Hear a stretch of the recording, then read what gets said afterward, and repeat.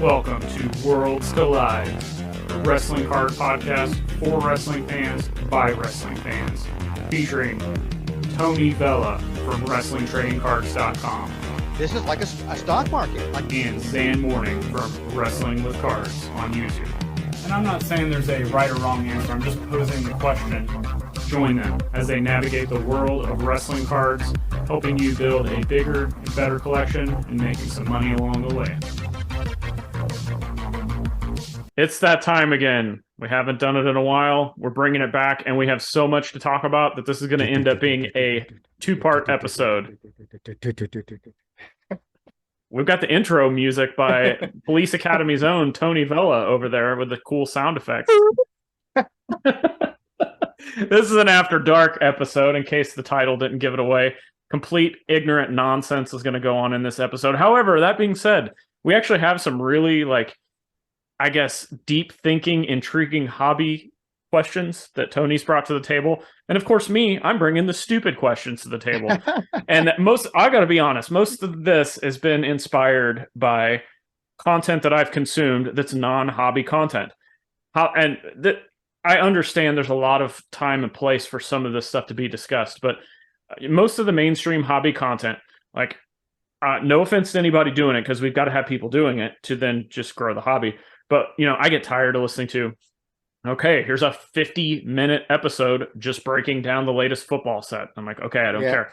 Here's the latest 1.5 hour, negative tirade on a card trimmer or a company not getting back redemption. And I'm just, okay, I'm not learning anything.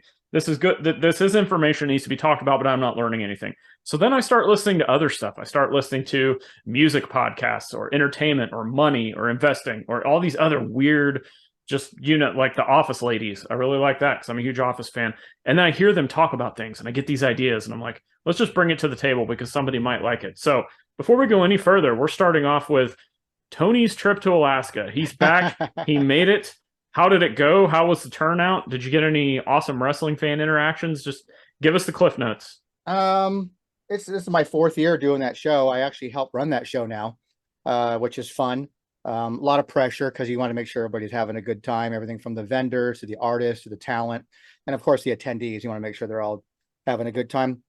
I'm interested because we're now a week plus removed from the show, and I'm interested in seeing what the final tallies are. I'm not privy to that kind of stuff until it's all said and done. So it's not like you can just go have a show, come back on Monday and go, okay, here's how we did. We still got to work with, ticket agencies that, handle all of our stuff and just a lot of behind the scenes stuff that takes place. Granted, I don't get to do any of that stuff. My primary focus is taking care of talent. So this year we had Chandler Wiggs from The Walking Dead. We had Ming Chen from Comic Book Men. We had Victoria from WWE. We had Anthony Michael Hall. So we had a good list of people that came up to the show. My personal observation of it was, I think we're probably on par with what we did last year, attendance-wise. You have to remember, Alaska, largest state, smallest population. It's, Anchorage, we probably draw, I'm going to say somewhere between 3,500 and 4,000 people, which is really small for Comic-Con type atmosphere. Is that something to be kind of expected with that area, though? I think so, but there's definitely room to grow because there was another convention that took place there called SenshiCon, which is all about, anime stuff. Mm-hmm. And matter of fact, the guy who ran that show is in charge of our vendor spaces. He's in charge of a lot of stuff. I don't think that, I think COVID, the pandemic crushed a lot of people.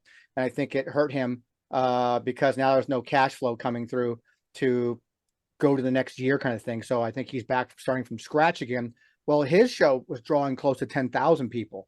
So some way I'm trying to get the promoter for Arctic and him as a promoter for Senshi, trying to get them to kind of just join forces and kind of like, let's be one an big all-inclusive, a big giant pop culture thing. But how do you do that with someone baby? Now it's like, it's weird. So that's something that these guys got to figure out how to get that to happen. But it was fun, man. It's a lot of work. It's very stressful. I call myself a professional babysitter because I got to take care of everybody. And everybody has their certain needs. Oh And wait, you meant in real? I thought you meant on Twitter. Sorry. no, that's a whole different babysitting job. I quit that job. But a fun thing I brought back with me though, because I took it with me, is I got this for those who can't see. I got myself the Dead Zone season 1 and 2 Awesome. promo trading card signed by Anthony Michael Hall. So That's cool.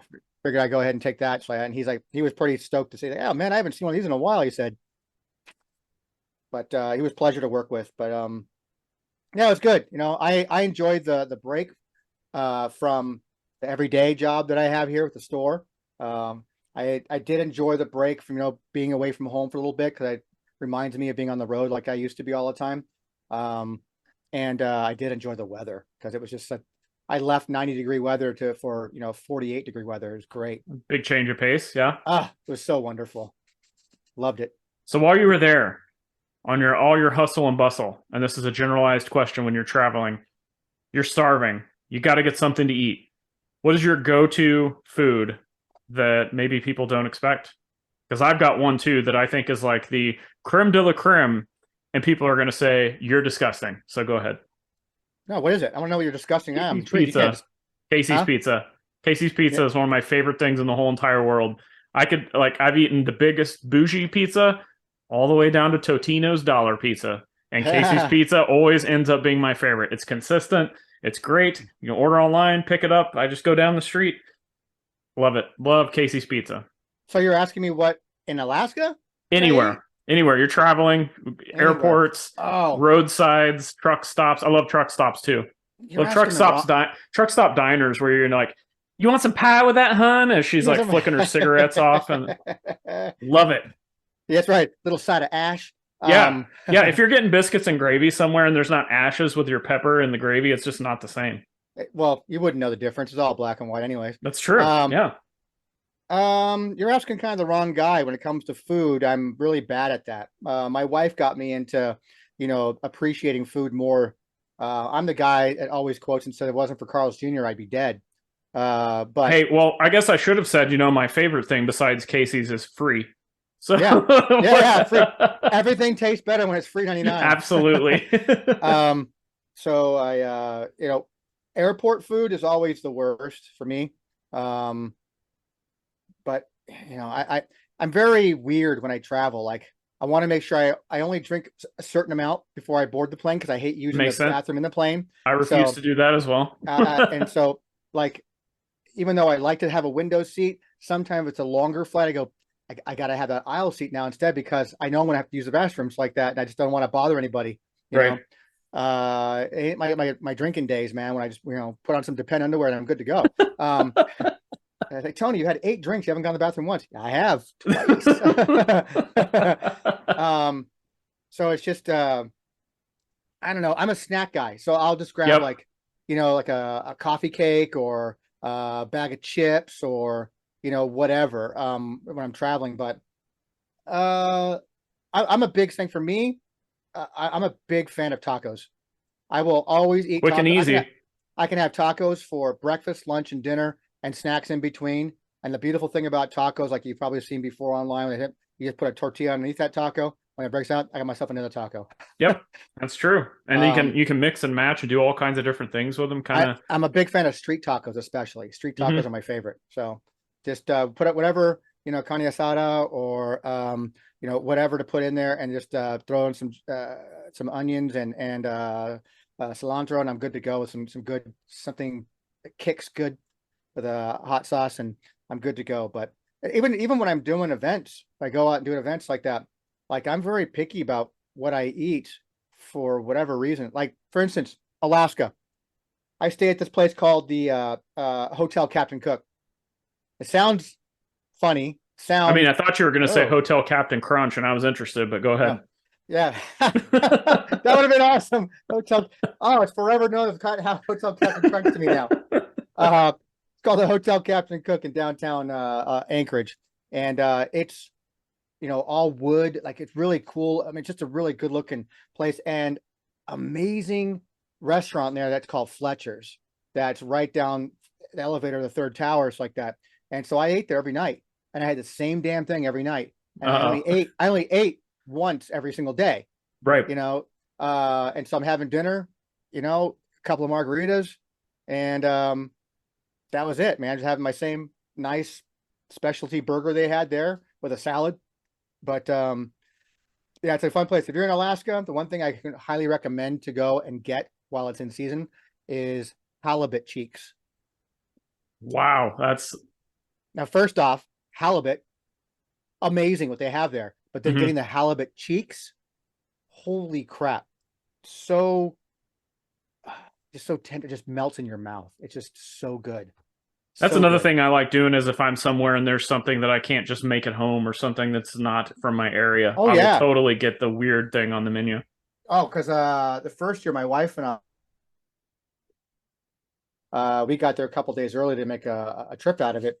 And so we rented a car in Anchorage and then drove the 2.5 hours into Seward, which is a coastal towns like that. It has a lot of touristy things when it comes like what do you call it? Like a little mini cruise, whale watching cruises like that. So we got to see whales and bald eagles and things like that. But we got to on the way there, we stopped this place that was like an old house that got converted into like a convenience store. So you go up the steps and then there's the door to the house, but then right next to it, connected to it, is like a convenience store that had like a deli inside of it. So she ordered like some kind of a sandwich, and I said, "Holy shit, I got to get that reindeer hot dog." Oh my, yeah, that sounds awesome. So it was so delicious. That's cool. She's like, "Oh, how could you eat that? Like, da, da, da, you know, why can't you just have a salad?" I go, "No, that's you need to be eating that for. That's what my reindeer was eating. That's food for my food." That's awesome. So it was so good, so good. But yeah, if you ever get to Alaska and you're able to go in, you know, I only know that whole area of Anchorage, Seward area type of thing. Is just halibut cheeks is good. And if you're a beer drinker, lots of great places to go down there for it's getting all kinds of interesting local brewery, get little flights of beer. So it's just great. I love there. I love going there once a year. I say I want to go more than once, but then I say it kind of ruins my experience if I do go more than once. So yeah, I go that one time, and it's not like the first year I went where we got to make a kind of a trip out of it. Now that we have a son and when someone's got to stay home with him. And besides going, it's about work. And you know, for them it becomes a trip for them, but then I'm exhausted when I come back, and like, you know, it doesn't, right. It's hard to try to explain that to people who don't actually do it. So let's take it into a hard, we go from the lighthearted food talk to a bunch of hard-hitting questions that Tony brings to the table. And you know, I was like, hey, let's have some fun with this, and then Tony brings these like hard-hitting questions, and I'm thinking, you know what? This is the kind of stuff we actually have said, hey, let's talk about that on an After Dark episode. Not the food talk, not Tony's trips, the actual hard-hitting hobby stuff. So, Tony, I'll let you bring that first question to the table, and we will discuss it. Well, the general discussion about mental health like that just stems from, and I brought this to you in a text message one time. I just had this question, like, do you think that we have some people, not just in our hobby, but across the collectible world as a whole, that, you know, maybe either suffer from mental health in some way, shape, or form? And this by no means, I'm not making light of any of this stuff. This is all serious stuff as far as I'm concerned. As someone who has suffered from depression in the past, I take it very seriously. So, but I wanted to know in our hobby, if you know, in general, is there anything that's, if it ever becomes so consuming to you that you know, the hobby itself, does it affect other things in your life, or vice versa? Are there other things that are affecting you in your everyday life that affect your hobby? In a sense, like, do you find the hobby to become an escapism from real life situations and problems, or are you suffering from problems because of the hobby that's affecting things in your real life? Not that hobby's not real life, but I think you understand what I'm saying. Yeah. And first, before we get into this, I also want to say that, Tony, I don't know that you've actually heard this, but there's been a couple of people that have reached out to us, and I can't remember if it's on the Worlds Collide account or if it was my personal email or whatever it was. And I've got comments like, we don't care about any of this. We want to hear about the cards. So I say to that, if this isn't the episode for you, it's After Dark. We preface that. You know, go find another wrestling card podcast to listen to if you just want to hear about cards, or wait till our next episode comes out where we're just talking about cards. But in my opinion, you know, this is a pretty important topic. and it goes in like we come together in the hobby as a community to enrich our lives with friendships and community and these things that we love on pieces of cardboard. It's all kind of an encompassing thing to have these discussions that are not just about the cards. And Yeah. I think that's important to put out there before we get started. I think this can go both ways for me. As far as like the point of consuming the hobby in general to where it affects your life outside. The biggest thing I can say is from a time standpoint, and that is, running the eBay store, and putting out content takes up so much time that I'm unable to do other things that I would like to do. But then on the flip side, when I look at that, I'm thinking, okay, well, I would like to play that video game. I would like to watch that TV show. I would like to do that. But is that really affecting me for the better? No, I should be spending more time, growing a business and growing a community and making content. So there's that part. On the other side of that, I think that I've done so much of that it has at times neglected the hobby side, where there's maybe occasionally I don't think other people will sit down and just enjoy what they have. It's always chasing that next thing or going after the most valuable, or I've got to keep up with this guy on Twitter because he's had a better collection than me. Instead of just sitting back and being like, man, look what I built. This is amazing. I can't believe I've come this far, and just sitting back and enjoying it. Yeah, I agree. It ties into the next point on the bullet points that I created for this, and that's it's important for the balancing of your personal life and your hobby. Yeah. And it's a difficult thing. It's different for everybody, I think. So yeah, for sure. Yeah. So some things that are maybe important to you aren't important to me, and vice versa, kind of thing. And that's both with the hobby and with your personal life. So it's really important to try to find that balance, and that can be a constant struggle.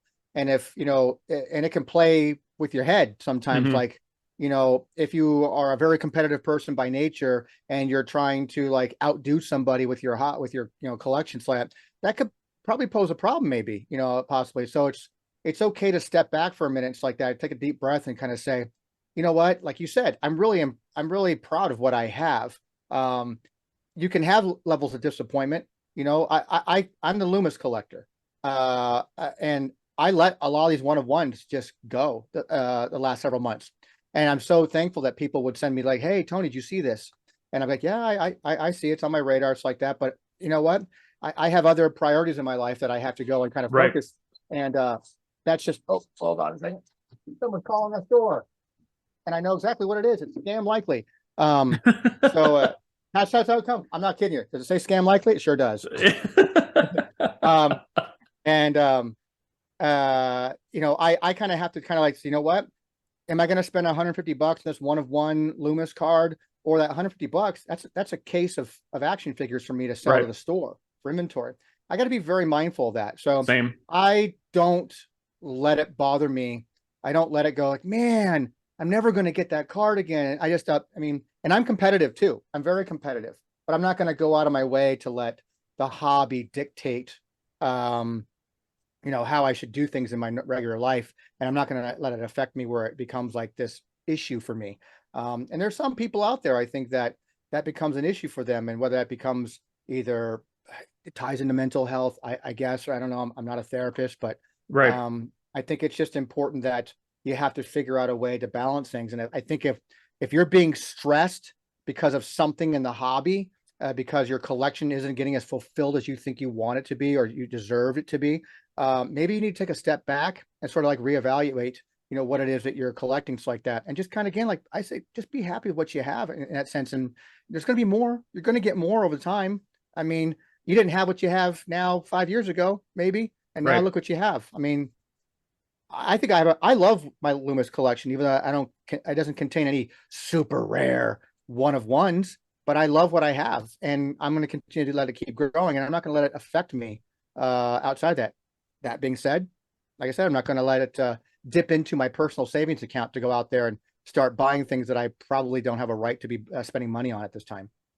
Yeah, and I think one thing that has a big effect on this, and as we kind of go through these bullet points and the mental health umbrella that we're talking about here, I think social media has a huge impact on this, both as a positive 100%. And negative. We can talk about the positive and negatives. One other quick thing we'll touch on here is maybe some indications of something that you're wrong about within the hobby, or maybe you perceive something, but it's actually the wrong take. And Mm-hmm. I mean, I could think of a ton of things that I've probably been wrong about. And one thing that I'm probably wrong about is something you just talked about, and that's the value of things. Like when I'm buying this carrying cross stuff, is it a good investment? Is it a good return on my money? Probably not. And I don't care though. Like that, I flat out understand that I don't care, but I'm also probably wrong in the fact that I'm not doing it as an investment. It's fun. It's my collection. It's what I Yep. do. I don't want to say it's 100%. my identity now, but it's my identity as a collector, but it's not my identity as a person, if that makes No, sense. I get it, because the people who see things that's carrying cross, you're the first person people Right. think of when it comes to Right. that, and And that's Loomis, yeah, same with you now. yeah. It's a fun thing to be associated with, because that's what I collect and what you collect. But I've been making this comment for a little while now, where it's like, if somebody take the rock sale recently that so for Hmm. $126,000, there's some people that are like, man, that's money that guy's never going to get back. Oh, that was a stupid investment on his part. First off, who the hell are you to tell what kind of investment someone else makes? Right. You're not their wallet. You don't know their wallet. If they're willing to blow $126,000 in something you find stupid or overvalued, that's on them, not you. Stop worrying about other people's wallets. Worry about your own wallet. That's my thing. Secondly, if you love something and have to have it in your collection and you overpaid for it, did you really overpay? Because it's in your collection. You wanted it bad enough that you were willing to overpay for it. I don't need someone policing my purchasing rights. No one needs to go out there and tell me, well, you shouldn't be paying this money. It's not worth that much. It's worth this much. It's only worth that much to you, not to me. I'm Right. willing to pay more because I want it, or I don't want to pay for it at all. And that's why I think that the online world, where that could really start getting in your brain of maybe not developing any mental health issues like right under this umbrella we're talking about, but it could develop some negativity in you that maybe somewhere down the road might lead to some kind of mental health. Who knows? Yeah. um That's a good point. it's just I just don't think people should be dictating how other people spend their money. Do you want to police the world out there and tell people like, hey, I think these boxes are overvalued, they're dropping in price, just wait, just wait, just wait? Sound advice, take that, absolutely. But telling someone they spent too much money for something that they wanted in their collection, that's just asinine. Yeah. It's just, don't ever tell somebody they spent too much money. Maybe it's too much money for you, because I remember correctly, there was a great tweet not too long ago, about a year ago, like, I'm rich, bitch. So it doesn't matter to me. Who cares? If you can afford to buy it and you want to spend that kind of money, great. And as long as you're happy with it, great, because it's part of your collection now, and as long as you're enjoying it, maybe it belongs in the right hands if you're going ahead and pay that kind of money for it. Right. And to kind of piggyback on that topic, the next thing we wanted to talk about is actually making some level-headed decisions that actually helped build your collection. And we've already touched on some things. And one thing I'll say, it kind of piggybacks onto having your life priorities straight and being able to afford it, is being able to afford what you can afford and what you're willing to pay. So if there's a card out there, and let's just hypothetically say it's a $5 card, like that's the comp, but you see it, you need it, you're going to pay 20. Pay 20. If you can only afford $1, only go up to $1 and don't pay more than that. I think that's one of the most, and you kind of already touched on that. I think that's probably one of the most level-headed decisions that I've been able to kind of put into my hobby experience is I pay what I can pay. I put a dollar amount on it. I look at comps as a guideline, not as a Yeah. concrete thing. So if somebody approaches me and they say, I need $500 for this, and I look and I'm like, okay, well, the last comp was like 300, but I really need this card, I can afford it at the same time, then I'm going to do it. I don't just sit there and go back and forth on them. So I think that's one important thing, just going off that, is, if you can afford it, go for it. Don't worry about comps. If you can afford $1, then that's all you can afford. Don't go above that. Yep, I agree 100%. Anything that Completely do. you've been able to, you can put it on your Loomis collection. We've touched on it. Is there anything we haven't touched about that's been like a good decision that's helped you kind of keep focused and build that collection without making stupid decisions?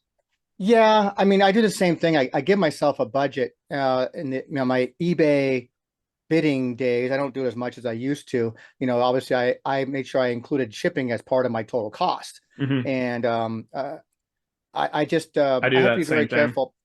And I'm careful about it. Like, I know what I want to pay for something. Like, it's one of the reasons I tell people too. One of the reasons why I picked Loomis. I just figured it's a sort of a lower level tiered type character, I guess, like that. But unfortunately, that I just sort of gravitated towards for whatever reason. But I picked it because it's not a high priced superstar to collect.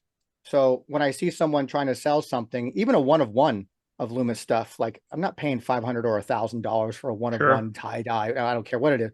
It's like, it's just not. He's not worth that kind of money. That car's not worth that kind of money. So I let it go. The only thing that I was after, that I was willing to pay, and even then I still had a benchmark of where I was going to go to, was when the Revolution Galactic cards finally started hitting. I said, I'm not paying more than this.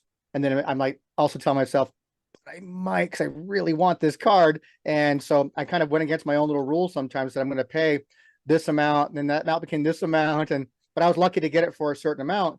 So I do make some exceptions, but you have to think about it first. Like, how bad do I want the card? Is it going to break my collecting bank?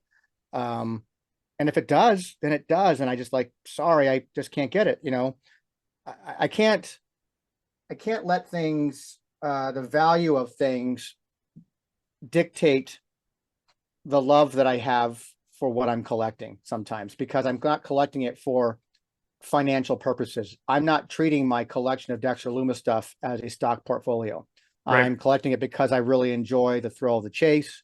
I enjoy that time I get it in my hand and see it and match it with the rest of the cards in that set that I'm trying to collect. It becomes I more enjoy it. about the collection and what you put together than it does anything else. It's the thrill of the pursuit, the thrill of the chase is what it is. And of course, then that thrill goes away because I got it, and now I got to find something else to go after that and get that adrenaline rush going, So kind of thing. are you going back and looking at the stuff you've built, or are you just Oh kind yeah. of okay? Well, I do go back and look at the stuff I built, because every time I'm adding something new to it, and I got up there, I have a binder. It's all Loomis stuff. That's And so every time I add something, I get to thumb through it again and look at all of it and put it, and add something else to it, thumb through it again. And it's even like, I'm taking base singles. I'll take base singles. I just put them all in there. So I yep. put them all inside there. I still get to go thumb through it all. I get to see all my stuff again. Someone comes in and brings me a Loomis car here to the store. I get to show them the Loomis collection. It's like, here it Right. is. And I thumb through it again. So I'm not like just putting it away and never seeing it again. I actually put it away, get a new card, go through it again, get a new card, go through it again, wash, repeat, wash, repeat. So I get the fun and pleasure of seeing my cards on a regular basis. All right, let's touch on this. Is something I just want to kind of give you the floor on. I have like one major thing I want to touch on, and that's the overwhelming divide of the wrestling card community that we've kind of spoke on. We've actually spoke on this numerous times, Numerous but times. I don't want to spend too much on it. yeah, we won't. Yeah, we won't spend a lot of time, but it's something that needed to be brought up, and I had one talking point. I'll give you the floor, and then I have one talking point on this. Well, there's really nothing that we can really say that hasn't already been said. It's like Other that, than the but fact that this ridiculous crap is still going on, like it does. Yeah, it still goes on, and it'll continue to go on. There's nothing that you and I are going to say. There's nothing any podcast on this planet is going to say. It's going to put an end to, anything at all. People there's just some people you generally don't like, and that's just part of life. And I totally understand and get that. I've tried to make it very clear that I try to keep a foot in different multiple camps, things like that. I don't want to say there's two camps, because sometimes there could be three or four. I don't care. My whole purpose of having something like WTC has always been about to help benefit the hobby, to help educate the hobby. When we're wrong, we are wrong. And as long as it's factual and not just some sort of crazy thought, I will sit there and say, you're right, man. I'm totally wrong. Let's get this fixed. I don't engage in any online spatting and arguments. I'm not some crazy mastermind who's manipulating all the master of puppets crap going around and putting, making people hate each other. No, I don't do that. If you think I have that kind of time to do that, maybe you do have some mental health issues then. But this notion that there are people who are, they are the hobby. No one knows more than me. No one's better than me. No one's greater than me. No one spends more than me. I mean, who cares? And also, you're wrong. It's just there's this is a collectible community out there, and it should be embraced as such. And that being said, of this, as our hobby's gotten bigger, we've talked about, again, I don't want to batter it too much. We've talked about so much. As our hobby's gotten bigger, we should expect to have things that are more common and seen in other collectible worlds, in baseball collectors, in football collecting, and all that stuff. We're seeing divides. We're seeing characters who want to come out and slam and this, that, and the other. We're seeing these kind of things because we're bigger now. We're not this small little tiny thing anymore. I think someone, I can't remember who it was, maybe Flex, posted something like that. Hey, we used to be in the basement. It's like that. Now we've got a nice little cushy office on the first floor, at least. Right. And so it's nice. It's nice that we're actually, something you can actually come out and see and are proud to come and check out. But with that comes criticisms. With that comes with disagreements. With that comes with some arguments, just like anything else in life. But I don't want to play into that stuff. If I have to play Switzerland or play neutral, that's what I do, because I don't need to get online and start battling with people. And it's not good for my mental health. It's not good for me to go out there and divulge all of my time into negative thinking and negativity out there. If your lane is this, your lane is that, cool, man. I'm happy for you as long as you're having fun doing it. I don't care. And there's some people out there maybe that have something in their personal life going on, that maybe we shouldn't be poking at them and making fun of something. We never should do that anyways. And calling people names, or making fun of people's significant others, or calling somebody something stupid or whatever. It just doesn't make any sense to me. Nothing gets accomplished that way. And some people just can't let it go. They have to keep going on and on. And that's become their existence now. Their whole existence is just about, how much more can I poke the bear? How much more can I make fun of someone? How much more can I ridicule their collection? How much more can I tell them they overpaid? Why? Why can't you just say, dude, cool card, man. Glad you got it. Dude, so happy for you. I think you overpaid a little bit. That's you, man. Great, good job for you, man. I'm glad it's in your collection. It's weird. It's just weird to me. It's a new thing. Being a longtime wrestling card collector, seeing that coming into our world. And I don't think it's even worth talking about anymore. I just think it's just leave it alone. I'm so done talking about a divide. I'm so done talking about us versus them, or we versus it's just stupid. It's just stupid to me. I play less and less, and I'm just going back to doing what I was doing before with especially Twitter. Just going back on Twitter and just posting things that make me happy, posting things I think are fun for people. Check out this cool old advertisement, and this old magazine kind of thing. Check out this cool set or whatever. It's out there to have fun and educate, and that's it. And first off, I don't mind people calling out somebody else if it's warranted, and if it's let's say it's a one-time thing, somebody calls somebody out on something, and whether or not it gets solved right there, you move on. Like I have no problems with companies being called out. I have no problem with individuals being called out. People can call us out if we're wrong on something, or if they think we suck. Hey, they've actually done that, and I just kind of read it and move on. But I don't mind. I don't mind that. I don't mind the negativity of somebody calling something out.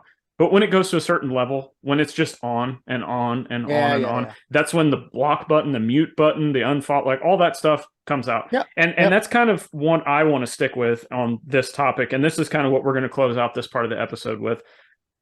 The people that are out there, my concern is people either brand new to the hobby, and from a wrestling card perspective, they're coming in and joining this community that they've heard so much about. Oh, it's such an inclusive community. They're so great. Blah, blah, when blah. you and I first started this, we talked about what an amazing community, and it still is. It still is. Generally speaking, it still is a very amazing community for overall. But in the beginning, it's all we talked about. There was never any talk about any of this distension or divide. There was never that kind of talk.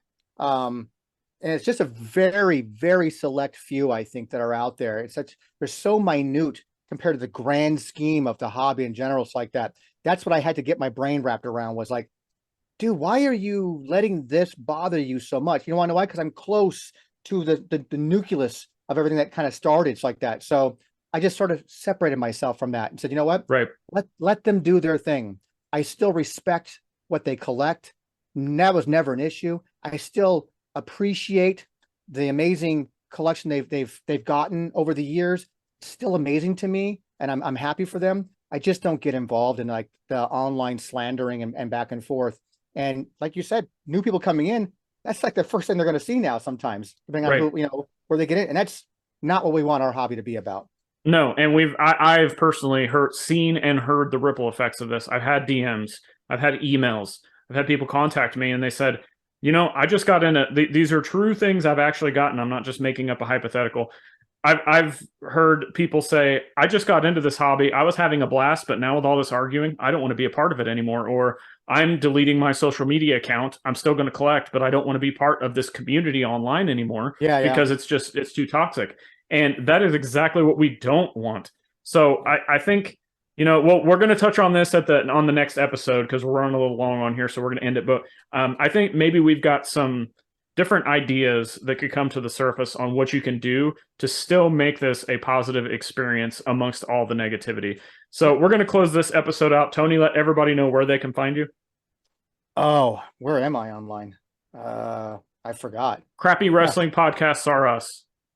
That's right. That's it. Go check it out. Actually, it's a weird extension. I think it's .sex or something like that. I'm not sure. No. Sports Entertainment Extreme.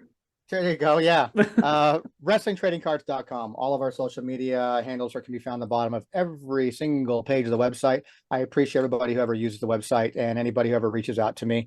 That's where you can find us. I do my best to try to get back to you as soon as I possibly can. The store kind of takes the primary focus of my life, and trying to bridge the two in some way, shape, or form. It's been kind of cool getting some people that I've only known them on social media through big Facebook groups or even Twitter have come into the store to stop by. Like, I happen to be in town and just thought I'd come out, check out the store. So I always appreciate when happened to be in town. Like like your store's become like the WrestleMania now. They're planning trips to come to the store. It's fun because the guy's like, hey, we got offices out here in Arizona, so I figured I'd come check out the store. Paul came out from Toronto back in January to come out and hang out for the weekend. It was just so cool. It's fun. It's just the destination. It's become cool, so I enjoy it. So when they come in, like this guy Zhan came in from the Card Foundation guys group, Card Foundation podcast group, and came in. It's like, yeah, we got offices out in Phoenix. I figured I want to come in and make it my first stop to come in and check it out. And he hung out for a good hour and a half. We just talked about cards and conventions. We kind of knew some same people in the convention world, which was kind of cool. And it was just fun to have conversation with the guy. That's awesome.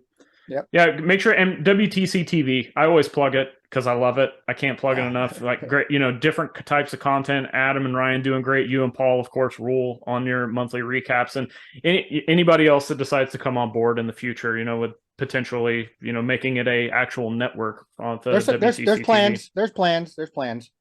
Can't wait to see it.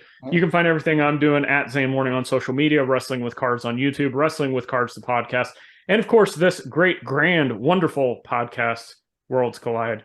And I hope you guys enjoy these After Darks. It's just something we like to do because there's some things we need to talk about that I think people care about. I think people like to kind of get in our minds a little bit, but it might not be like 100% card related. And if we made this episode, we tied in pretty good. So, and if it's not your jam, hey, that's okay. Like I said, come back when we're talking about a set, or come back when we're talking about this is your card. That's okay. If you don't have to like every one of our episodes. It's just we like to give some variety out there. So if you did enjoy this, please come back next week where we're going to expand even more on this. We've got some more kind of random stuff. We actually have a question from a listener. Going to give him a shout out there. But please subscribe and share this with a friend. Tell a wrestling fan, tell a collector. Leave us a review if you dug it. And until next time, despite the negativity, despite Tony's trips to Alaska, where he may actually end up just abandoning us one day and just staying up there. Very possible. And despite my love for crappy gas station pizza, there's one thing that stays consistent with this podcast and with life. Even still, up in Alaska, I've realized this too. Even in Anchorage, Alaska, wrestling cards rule. What an amazing thing. We'll see you.